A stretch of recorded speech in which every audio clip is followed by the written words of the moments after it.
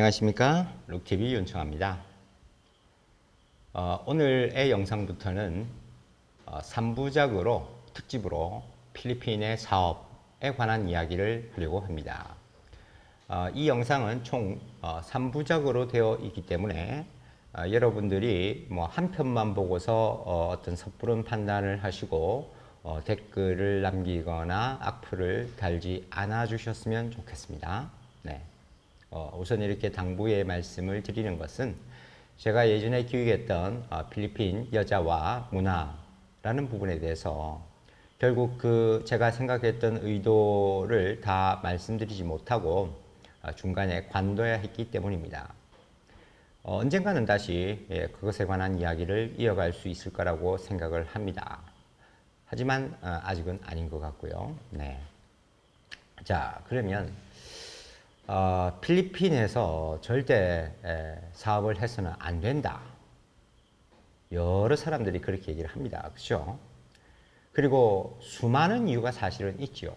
5가지가 아니라 10가지, 20가지, 다 모으면 한 100가지가 될지도 모릅니다. 그렇죠?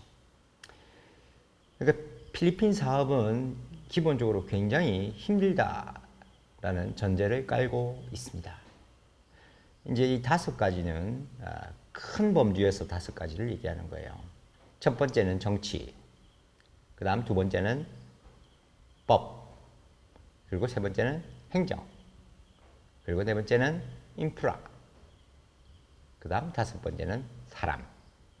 이렇게 크게 5가지의 주요한 문제가 있습니다. 자, 물론 요즘 인터넷을 통해서 세부적인 정보들을 많이 쉽게 접할 수가 있죠. 그래서 너무 상세한 내용을 얘기하거나 너무 상세한 예시로 길게 가지는 않을 겁니다. 그래서 이제 큰 줄기에서 어쩌면 여러분들이 다 알만한 이야기도 될 수 있습니다. 자, 그렇게 이제 생각을 하시고 이번 1편을 들어주시면 되겠습니다. 자, 첫 번째는 정치적 문제예요.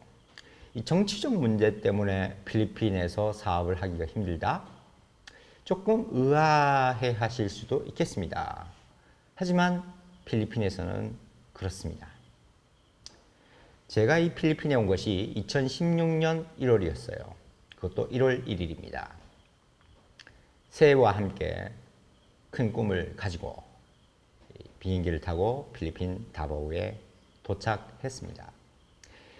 이 2016년이라는 연도는 참 사실은 이 필리핀에서 오래 생활을 하셨던 분들이 듣기에는 왜 하필 그때 왔나 라고 생각을 하실지도 모르겠어요. 바로 이 2016년이 이 필리핀의 어떤 격동의 시간들, 바로 그리고 지금 2019년까지 이어지고 있는 어떤 상황에 그 발단이 시작이 되었던 해가 바로 2016년이었기 때문입니다. 자, 2016년에 바로 필리핀에 대선이 있었어요. 그리고 여러분들이 필리핀에 조금이라도 관심이 계신다면 알고 있을 법한 바로 대통령 두테르테가 대통령에 당선된 해입니다. 그러니까 저는 이 두테르테가 대통령 후보로 나서서 어떤 과정을 거치면서 대통령의 자리에 오르게 되었는지 그 과정을 직접 필리핀 현지에서 다 지켜봤죠. 그뿐만이 아닙니다. 예전 영상에서 제가 올린 적이 있죠. 직접 두테르테를 그 당시에 만났었고 그리고 사진도 같이 찍었습니다. 그리고 사실은 제가 처음 필리핀에 왔을 때에 저랑 가장 친했던 필리핀어 친구가 바로 이 두테르테를 대부로 모시고 있는 친구였어요. 그러니까 이 두테르테에 관한 이야기는 이 친구한테서 너무나 상세하고 정확하게 다 들을 수가 있었습니다. 그러니까 일반 그냥 기사에 뜨는 이야기만이 아니라 그 친구의 입을 통한 어떤 개인적인 얘기, 소소한 얘기들까지 저는 이 두테르테에 관한 이야기를 들을 수가 있었어요. 그러니까 참 기분이 남다르겠죠. 저도 사실은 이 다바오에 오기 전까지 이 필리핀에 다바오라는 동네가 있는지도 몰랐고, 뭐 전혀 정보가 거의 뭐 없다시피 뭐 한 거나 다름없었고, 여러분들이 인터넷에서 검색해서 찾아볼 수 있는 정도만큼 알 수 있을 뿐이었습니다. 어쨌거나 그렇게 이제 2016년을 거쳐가면서 바로 두테르테가 그렇게 이제 대통령에 이제 당선이 되었습니다. 뭐 그때까지만 해도 괜찮았어요. 네, 괜찮았습니다. 좀 의외긴 했죠. 뭐 한마디로 시골뜨기 정도에 해당이 되는 인물이 대통령이 됐으니까 말입니다. 근데 이제 그게 이제 문제의 발단이었던 거죠. 바로 얼마 후 테러가 발생합니다. 폭탄 테러요. 뭐 웬만하면 다 아실 겁니다. 바로 필리핀 다바오의 아테네오 대학교의 앞에 있는 로하스라는 지역의 야시장, 뭐 먹자 골목 같은 그런 야시장이 이제 매일같이 열리는데, 거기에 무작위적인 폭탄 테러가 발생한 거죠. 그리고 이 폭탄 테러는 결국 무슬림 무장단체인 IS에 의해서 저질러졌다라는 것이 밝혀졌습니다. 어떤 일이 발생했을까요? 네, 바로 이 반군을 처리하고자 하는 전쟁이 발생했죠. 내전입니다. 그리고 계엄령이 함께 떨어졌습니다. 와, 그게 이제 2017년도에 생긴 일이에요. 어떻습니까? 외국인으로서 와 있던 저로서, 그리고 또 현지에 이미 계셨던 분들도 참으로 당혹스러운 일이 아닐 수가 없습니다. 뭐 이런 작은 개인 사업을 하는데 이런 문제가 터질 줄이야. 그 누가 상상이나 했겠습니까? 계엄령이라니, 내전이라니. 그러니까 이 필리핀에서만큼은 이런 정치적인 문제가 영향을 미칠 수밖에 없다라는 거죠. 언급 안 할 수가 없어요. 실제적인 수치로도 드러납니다. 2017년 당시에 한국인 교민의 숫자는 뭐 공식적인 집계에 의하면 9만 3천 명이 조금 넘는 교민이 있었다고 합니다.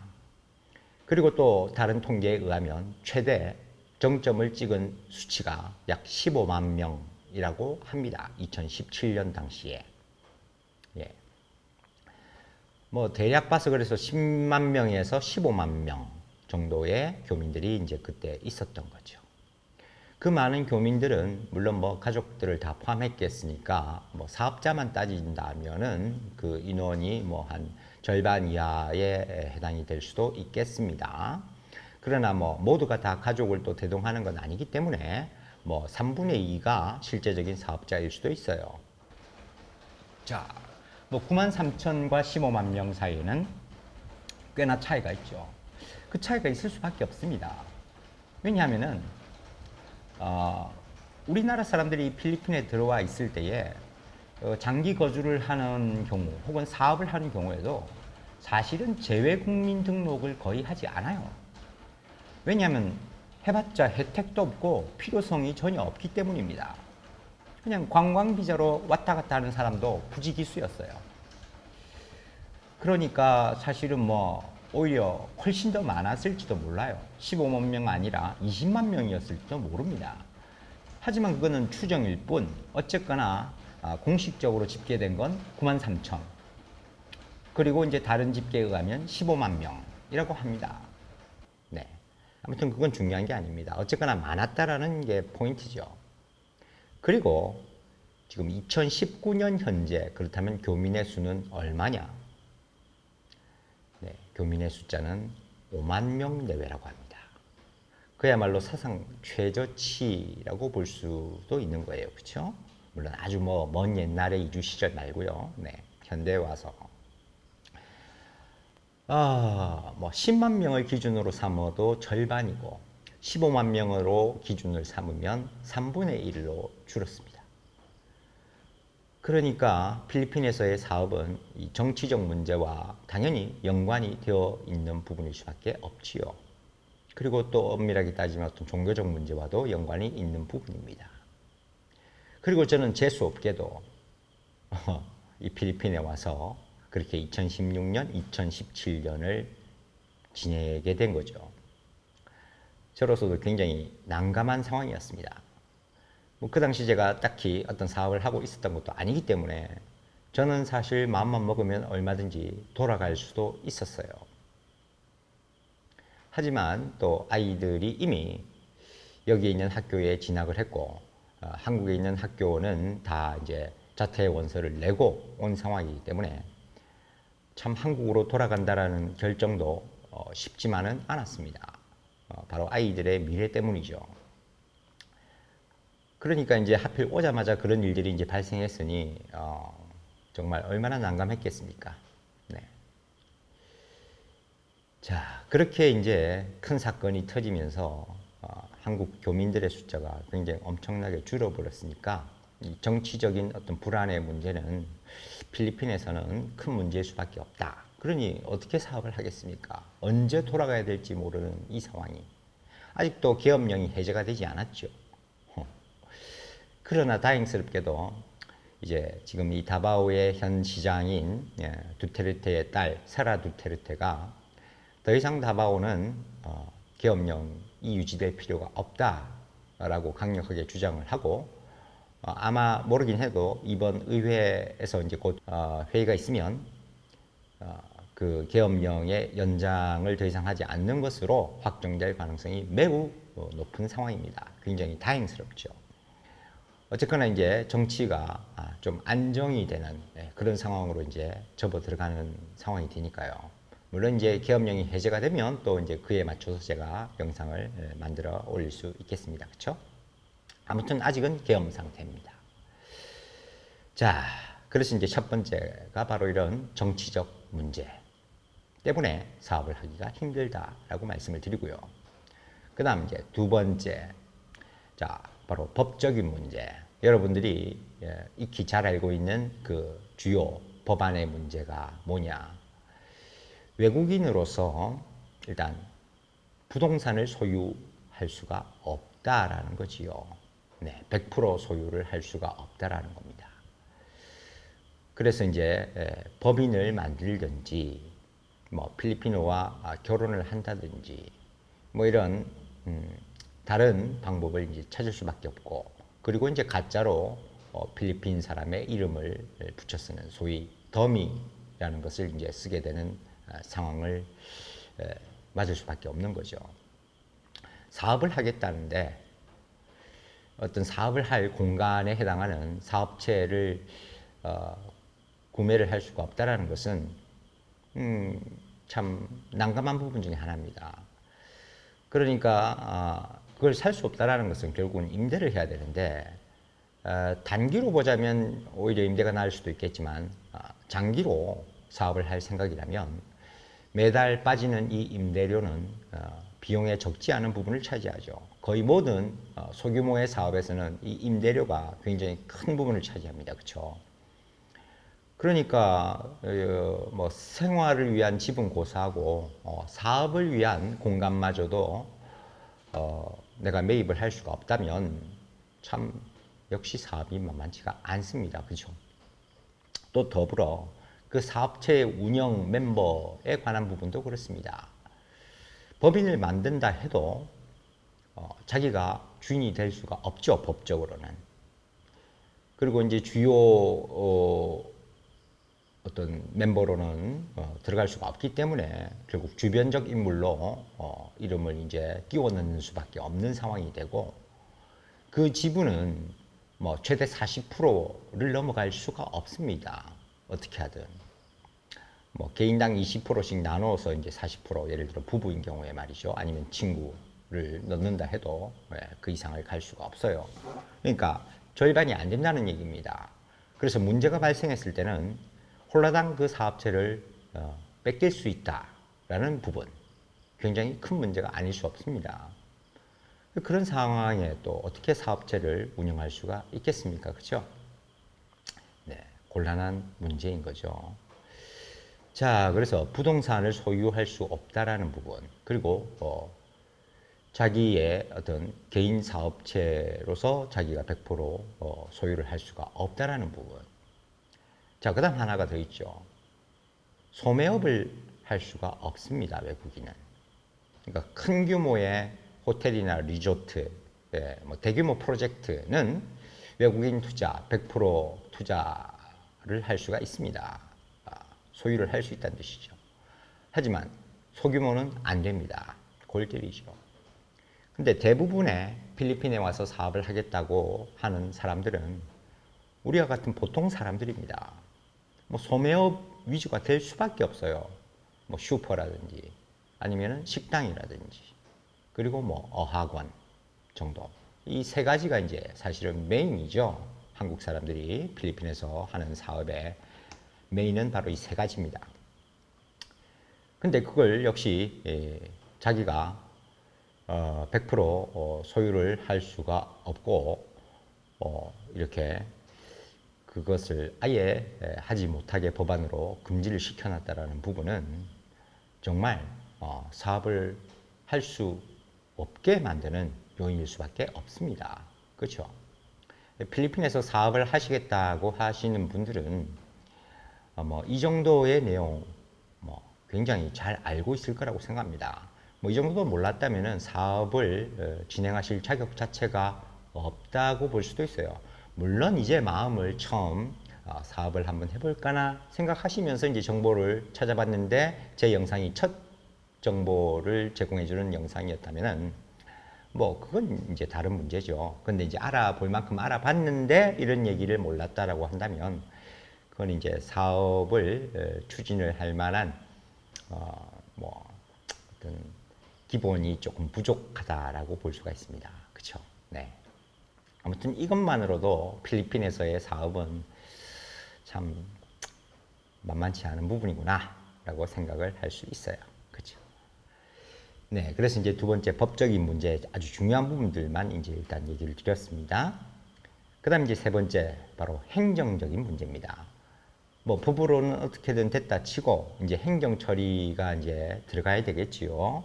그래서 뭐 세무 신고도 해야 되고 뭐 여러 소방 뭐 이런 부분들과 관련한 것도 해야 되고 뭐 많습니다. 뭐 섹도 가야 되고 그죠? 자, 근데 이런 부분에 있어서의 행정 처리 절차도 사실은 쉽지 않은 문제였어요. 특히나 두테르테 이전에는 이런 것들을 처리하는데도 굉장히 오랜 시간이 걸렸습니다. 그래서 그 허가를 받는 데만 해도 뭐 여러 달을 소비해야 됐던 뭐 그런 경우도 있어요. 근데 이제 두테르테가 집권을 하면서 이제 그런 행정적 절차를 굉장히 빠르게 신속하게 처리할 수 있도록 자, 그렇게 이제 하면서 여건은 굉장히 많이 개선되긴 했습니다. 그리고 저도 이제 이 ECS, 이것을 이제 가서 신고를 하고 할 때에 제 필리핀 친구가 도와줘서 굉장히 빠르게 이제 진행이 됐었어요. 사실은 그 ECS라는 이름에 대한 어떤 허가, 사업에 대한 허가 이런 부분들은 이미 한 3년쯤 전에 이미 다 완료를 해놓은 상태였는데 공식적으로 이제 진행을 하기 힘들었던 부분들이 이제 있었어요. 물론 이제 또 제가 말씀드리는 내용 중에 그 이유가 이제 같이 들어가 있습니다. 아무튼 그래서 이제 그 기업을 만들어서 이렇게 사업을 하는 데 있어서의 행정 절차는 나름 빨라지긴 했습니다만은 뭐 외국인으로서 혼자 그걸 처리한다라는 건 역시 좀 쉽지 않은 문제죠. 네. 그리고 뭐 제가 예전 영상에서 또 한국인에게 필리핀 집 짓기는 정말 힘든 문제다 했는데 바로 지금도 제가 아는 한국인 중에 여기서 굉장히 오래 생활을 했음에도 불구하고 그 집 짓는 부분에서의 어떤 행정적 처리 부분이 허가가 안 떨어져 가지고 계속 미뤄지고 있는 상황입니다. 예. 그래서 이런 행정적인 절차들이 제대로 신속하게 이루어지지 않는다라는 문제가 있지요. 우리나라는 뭐 사업자 등록증 하나 내면은 그냥 금방입니다. 그쵸? 예. 뭐 해보신 분들은 아시겠지만, 네. 저도 그렇게 사업자 등록증을 내고 나름 사업을 해봤죠. 예, 당연히 뭐 학원 강사로서의 그런 일과 함께 한때 또 뭐 이런 쇼핑몰을 조그맣게 이제 만들어서 운영을 해본 적도 있습니다. 그리고 이제 사실은 또 한의원을 하기도 했어요. 네. 어쨌거나 그렇습니다. 어쨌거나 이런 행정적인 절차 문제, 그리고 또 여기에 빼놓을 수 없는 바로 관리들의 부정부패의 문제가 같이 이제 더해지는 거죠. 이것도 뭐 따로 분류할 수는 있겠습니다만 어쨌거나 행정적인 문제이기 때문에 같이 이제 포함을 시켜버리는 거예요.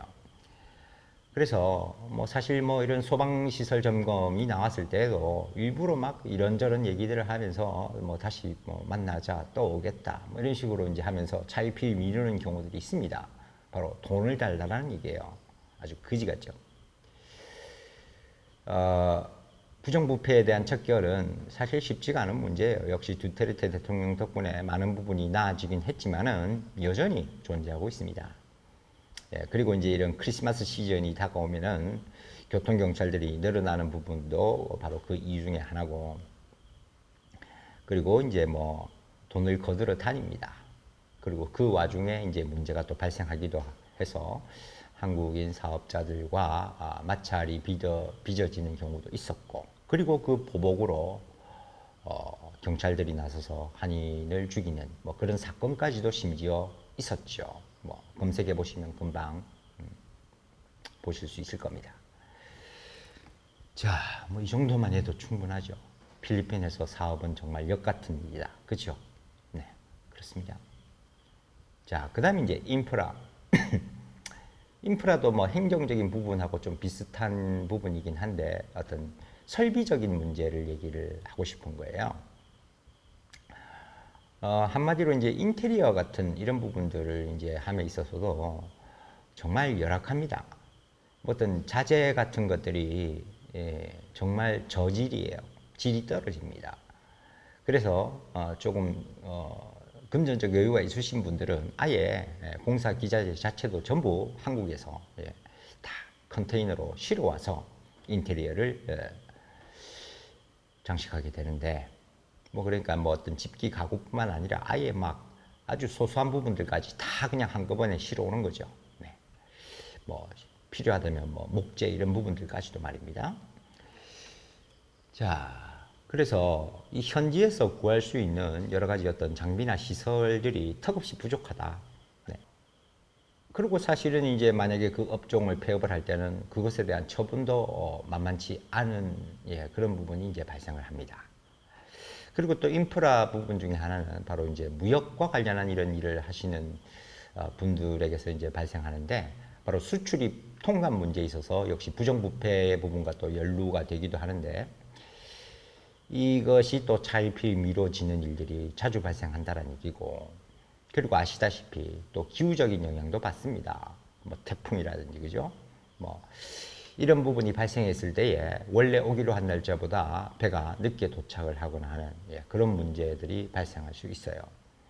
그래서 뭐 예를 들어 음식물 같은 경우라면은 문제가 되죠. 그리고 또 냉장 설비가 필요한 부분의 경우에도 마찬가지입니다. 자, 그래서 그런 인프라적인 문제 역시 무시할 수 없는 부분입니다. 그래서 이제 또 이 다바오 같은 경우는 직항이 없기 때문에 마닐라나 세부를 한번 거쳐야 된다라는 점도 지방 중소도시에서 사업을 특히 하신다면은 더더욱 큰 문제가 될 부분이란 얘기예요. 그렇죠? 네. 자, 그리고 이제 마지막으로 필리핀 사람에 대한 얘기 빼놓을 수가 없죠. 한마디로 열불 터지는 상황이 엄청나게 많이 발생합니다. 네. 필리핀 나름 민주주의 국가입니다. 그죠? 네. 그러다 보니 당연히 노조라는 부분에서 문제가 발생할 수 있어요. 어느 날까지 사업을 잘 하다가도 갑자기 스트라이크를 일으킬 수 있습니다. 그리고 이제 뭐 일 안 하겠다, 배째라, 뭐 월급 올려달라, 뭐 이렇게 이제 단체 행동에 돌입을 하는 상황이 발생합니다.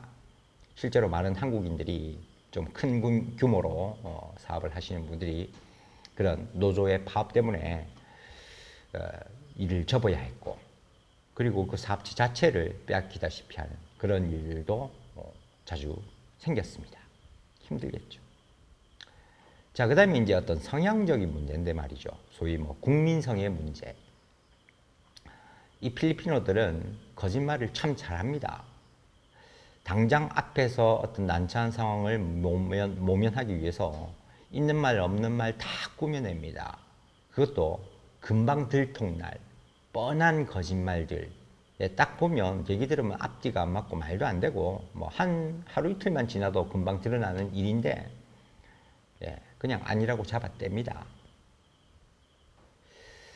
이 거짓말에 참 나중에는 익숙해지는 부분도 있긴 해요. 그리고 뭐 돈 같은 경우도 마찬가지입니다. 가불 신청을 엄청나게 해요.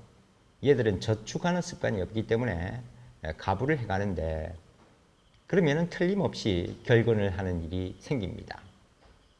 그러니까 당장 필요한 돈을 이제 메꿔 놓고 근데 그 메꿔 놓는다는 거는 거의 뭐 소비시키는 뭐 그런 부분이에요. 그러니까 주로 파티죠. 생일 파티 같은 뭐 이런 것들. 얘들은 그런 걸 굉장히 중요하게 생각하기 때문에 땡빛을 냅니다. 그리고 이제 아이들의 학비 뭐 이런 부분들도 있을 수 있겠고. 아무튼 돈을 가불해 가는 것도 자주 있고 돈을 빌려가는 명목상은 빌려가는 겁니다. 하지만 결국 떼이는 경우가 많아요. 뭐 아주 큰 돈도 아니라서 뭐 끝까지 따라다니면서 그 돈을 받아내기도 사실 힘듭니다. 저도 그렇게 돈을 떼인 적이 많이 있습니다. 그래서 이제 앞으로는 절대 뭐 필리핀어에게 돈을 빌려주는 일은 이제 뭐 없을 거라고 이제 마음을 먹고 생활을 하고 있고요. 자, 그리고 뭐 그 돈을 그렇게 이제 뭐 떼이는 것뿐만 아니라 13개월 월급이 있어요. 우리나라 사람들에게는 생소한데 이 사람들은 이제 크리스마스 시즌 뭐 이런 부분에서 이제 그런 파티나 여러 가지 행사 뭐 써야 할 그런 또 돈이 많아서 일종의 뭐 보너스 같이 13개월 월급이 따로 있습니다. 그걸 뭐 공식적으로 거의 뭐 지불하기로 되어 있는 거나 다름이 없어요. 뭐 법적으로 굳어져 있는지 모르겠습니다만은 그렇게 한 달치를 더 줘야 해요. 그 다음에 뭐 소매업의 경우에는 도난 사건이 자주 발생합니다. 도둑이 들어가서 훔치는 경우도 있지만은 대개 그 직원들이 작은 물건들을 그냥 집에 갈 때 가방에 쓱 넣어서 가고 매일같이 그 몸수색을 하거나 할 수 없잖아요. 네, 그냥 계산해보면 맞지가 않습니다. 그건 역시 뭐 숫자 세보면 금방 드러나는 일인데 그렇게 이제 훔쳐가고는 오리발을 내밉니다. 그리고 뭐 집에서 일하는 헬퍼들 같은 경우에 특히 가정에서 뭐 이런저런 물건들이 이제 하나씩 사라지는 뭐 그런 일들이 발생하는데 뭐 자기 방 한쪽 구석에나 뭐 집 뒤쪽에 이렇게 숨겨놨다가 외출할 때 살짝 가지고 나가거나 뭐 이런 일들. 뭐 그리고 또 이 필리핀어들이 자주 보이는 습성은 시간 약속 참 안 지킨다라는 거죠. 당연히 지각하는 일도 많고 결석하는 일도 당연히 많습니다. 그리고 그것에 대해서 크게 미안해하지 않아요. 말로는 쏘리 합니다. 말 그대로 쏘리 하면 끝난 걸로 알아요. 미치고 환장할 노릇입니다. 참 끝도 없어요. 어떻게 이 필리핀어 사람들에게 적응을 해야 할지 참 종잡을 수 없을 정도입니다. 네. 뭐 말하자면 더 많아요. 근데 대충 그런 식으로 이제 마무리를 하도록 하겠습니다. 어떻습니까? 일단은 여러분이 알고 계시는 뭐 얘기와 크게 다르지 않죠? 이 5가지 지금 제가 말씀드린 것만 해도 필리핀에서의 사업은 그야말로 불가능해 보입니다.